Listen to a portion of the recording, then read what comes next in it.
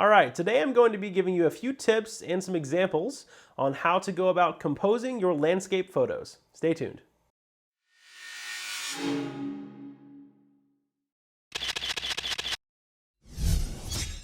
Welcome back, everybody. My name is Eric Marks with FindingMiddle-earth.com, and today we're going to be talking all about photo composition. So this can be kind of a confusing thing when you're first starting out in any kind of photography. You hear all of these professionals say things about composition, and whenever you've gotten your photos maybe even critiqued before, you've gotten critiqued on your composition.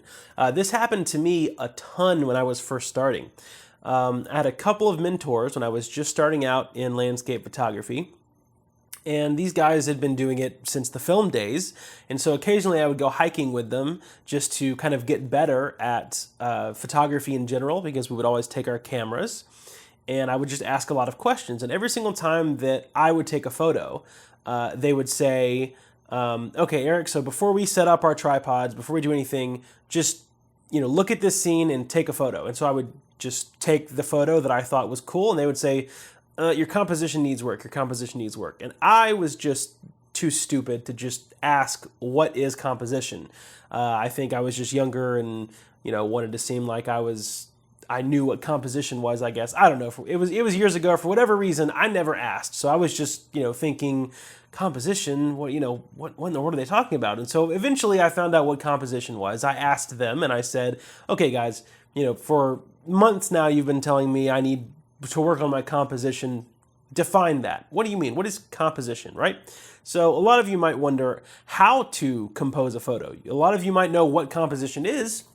You just don't really know how to go about composing a photo, because some people like to compose photos with a lot of empty space, maybe, the subject of their photo over here and just tons of empty space, and that's okay. And some people like to fill in every single bit of the scene with important stuff, and that's okay as well.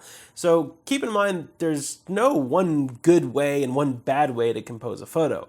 But if you want kind of a step one on how I do it, if you're just beginning, this should help you. So keep in mind, even though we take photos with our camera, and it all really happens through that piece of technology, we start out, knowing what to photograph by what we see with our eyes, right? When we're out hiking on a trail or out exploring in the woods and we see something, we see it with our eyes. We don't, our camera doesn't jump out of the bag and say, hey, point me at this. It's us that makes that decision, right? So think about that. What about the scene, before you even get your camera out of the bag, what about the scene made you want to photograph it, right? What specific element? Was it a waterfall? Was it a big rock? Was it an interesting tree? Think about these things. And, if it was multiple elements, think about how you can fit the multiple elements in the scene without distractions in between. So this is how I kind of gather my thoughts on how I'm going to take the photo. Because believe me, there will be many times that you see a great, beautiful scene in front of you, but it just will not look good in a photo. And I know you're probably thinking, what? That doesn't make any sense. But there's been many times where I've just enjoyed the scene personally, right? Just by standing and letting something play out in front of me. And I just know that there's no way I'll be able to compose the photo in a way that will make it look good to viewers. It's great when you're enjoying it in person, but not when you're actually setting it up, on a camera, on a tripod, thinking about printing and thinking about how other viewers are going to kind of jump into the scene. Because my whole rule is, if I can't make my viewers feel like they are actually a part of the scene that I was viewing, what's the point in making it a photograph other than just kind of a personal memory, right? What's the point in actually putting it in my portfolio or making a print of it if it's not going to convey the feeling that I had when I was there? So let me kind of explain this a little better. Let's say that I'm standing on the top of a mountain, okay? And I actually just did, my last video was about blending an HDR together. So we'll use this last photo that I did. If you want to know what the photo is, I'll go ahead and put it up on the screen now. But when I was on top of this mountain, okay, there were these crazy clouds. There was a lake in the middle ground. There was these crazy trees and dead trees and rocks in the foreground. And when I got there at first, I was almost going to just pull the plug on the whole shoot and just enjoy being there, because it was really windy. It was really cool weather unfolding, but I didn't know if I could really make it a great photo. So I started looking, right, with my eyes. I didn't look through my camera. I just like to see the world for a second and just say, hold up, let's stop thinking, like a photographer for a second and just think, for me, what pulled me into this scene? Should I be looking over here? Should I be looking over here? What really is cool about this scene that's unfolding in front of me? So, of course, I knew the clouds were very cool because they were stormy clouds. But the clouds would be cool in any direction I looked. So I really had to think about what was going to pull the viewers into the clouds, right? You can't just photograph the clouds. Well, I suppose you could just photograph the clouds. There's been people that do that, but I wanted something a little more. I like my photos to have layers. So I saw this patch of rocks in front of me, and it was the only bit on the top of the mountain that had these just kind of weird rocks, and they were all kind of oddly, pointed in different directions.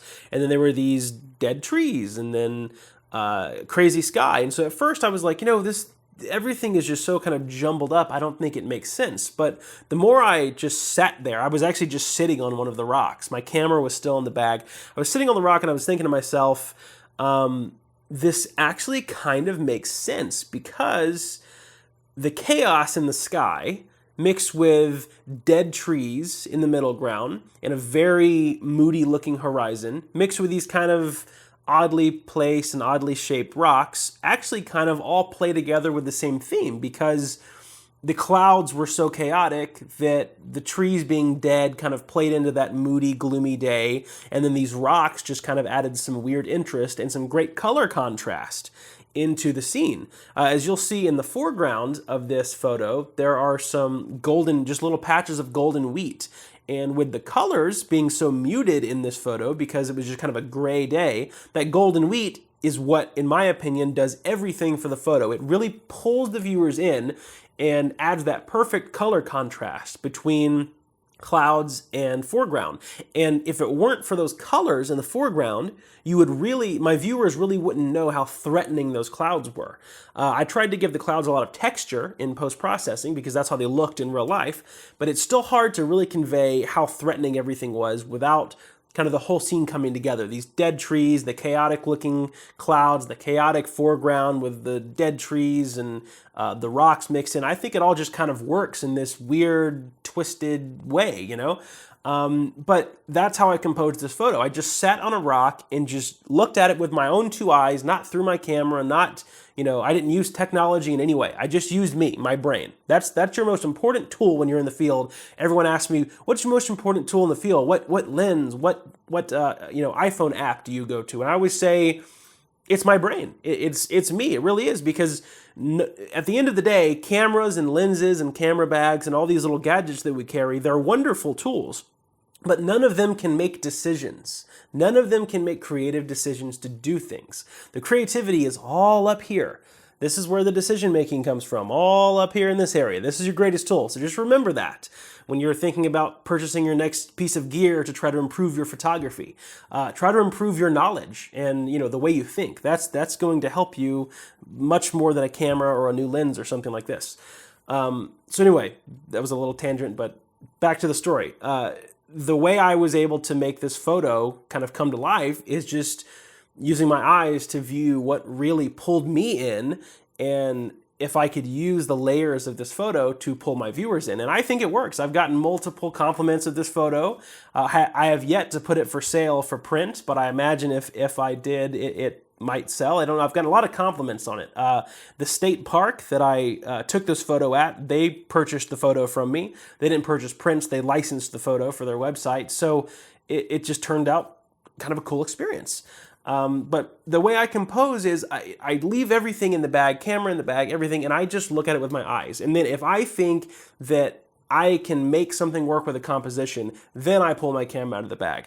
And then I set up my tripod and I start thinking, okay, what can I do? And by the way, when composing, I would not even touch a tripod until you get your composition. I say this all the time. I think the tripod is one of the, it can be very harmful to your composition, because once you're kind of set up, it's hard to, you don't really want to do all the work of adjusting your tripod down and up and making it tall and low and left and right. It's just kind of harder and more of a pain in the butt when it's on the tripod. So before I even set up my tripod, I get my composition. I walk around with the camera in my hands. Once I, kind of verify that the scene could make a good photo, I squat down, I'll lay on the ground, I'll do whatever I want with my camera. And then once I find where I want my camera, then I bring the tripod to me. I never let the tripod kind of make the starting decision. I make the decision where and what height I want the camera, and then I bring in the tripod just for stability. I don't let it help make the decision for me. I see a lot of people do that, and once it's on the tripod, a lot of people will just be like, well, why not? The tripod's already here, it's already at this height, so I'll just take it from here. So anyway, just keep that in mind. I didn't want this to be some long video, but I get so many emails and questions about things now as my subscribers are growing, which I love. Thank you so much I couldn't be doing any of these videos if it wasn't for you guys. Thank you for helping my channel grow. And so I get so many questions and emails about composition. That's one of my biggest things as well. And people are just basically, Eric, how do you compose a photo? Can you take a look at my photo and critique it? So I'm going to do a critique video soon. I normally don't like to do critique videos because I'm just in such a belief that everything is so subjective when it comes to art and photography that, if I don't like a composition, that doesn't mean that it's a bad thing. But if I say it, it might, hurt somebody's feelings, or it might make somebody say, oh, well, I'm never going to try this again. So, I might do a critique video. I've been asked to do one because I do get a lot of people send me their photos, and I do give feedback. So feel free to send me to message me or email me your photos. I will respond and let you know what I think. But regardless, composing is really all about thinking. Can you through a photo really convey the feeling that you have in the moment to your viewers later when they're looking at the photo? Can you take everything cool that's going on and make something of it? Because again, I will say before I end the video, there has been many times where I have seen a beautiful scene unfold in front of me, but I'll pass it up with a camera. And that's okay to do, by the way. It's okay to just enjoy nature personally. I love the outdoors.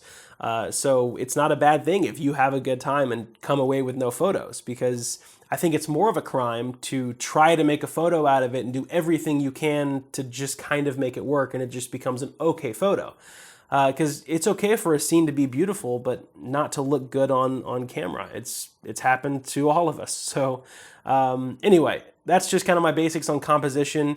It's all up here. So use your brain, think, use your creativity, make your decisions without all the gadgets and all the technology, and then bring all that in after you've already made your decision. And I hope this helps, and I can't wait to see you guys in the next video. Thank you so much for watching. If you would like to stay up to date on all of my latest photography videos and adventures, click the big subscribe button below. And if you would like to find out more about me and how to become a great photographer, visit my website at findingmiddleearth.com.